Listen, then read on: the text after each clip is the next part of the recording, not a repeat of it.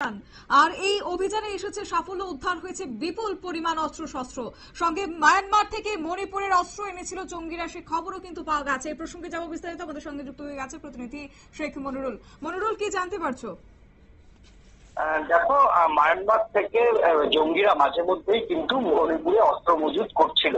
একটি নির্দিষ্ট জঙ্গি গোষ্ঠী প্রত্যেকদিনই মায়ানমারে এসে মায়ানমার থেকে বিভিন্ন অস্ত্রশস্ত্র নিয়ে জমায়েত করছিল এবং আসাম রাইফেলস এবং মণিপুর পুলিশের যে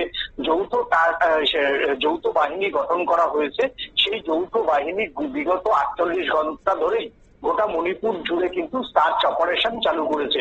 সেই সার্চ অপারেশনেরই গতকাল বিকেলে একটি অস্ত্র ধরা পড়ে। মোট 22 ধরনের অস্ত্র এই সার্চ অপারেশনে ধরা পড়েছে বলে আজকে সকালেই মণিপুর পুলিশের ডিজিপি তিনি সকালেই সাংবাদিকদের মুখোমুখি হয়ে জানিয়েছেন।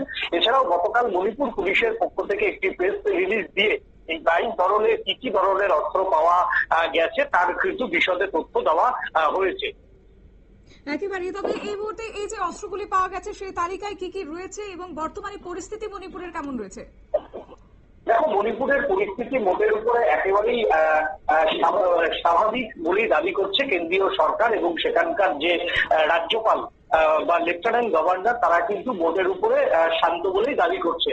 তবে কখনো কখনো যে মণিপুরে যে তোমার হচ্ছে যে তুমি যে বলছিলে কি উইপেন ধরা পড়েছে, সেটা হচ্ছে AK-47 ধরা পড়েছে 5টি, ইনসাস রাইফেল ধরা পড়েছে 3টি, SLR রাইফেল ধরা পড়েছে মোট হচ্ছে 16টি। তবে সব থেকে বড় প্রশ্ন, এই যে SLR যে রাইফেল, সেই SLR রাইফেল গুলি অতীতে মণিপুর পুলিশের যে মণিপুর পুলিশ থেকে যে সমস্ত জঙ্গিরা, মণিপুর পুলিশের কনস্টেবলদের থেকে যে সমস্ত জঙ্গিরা ছিনতাই করেছিল, সেগুলো কিনা তা নিয়ে কিন্তু ইতিমধ্যেই প্রশ্ন উঠতে শুরু করেছে।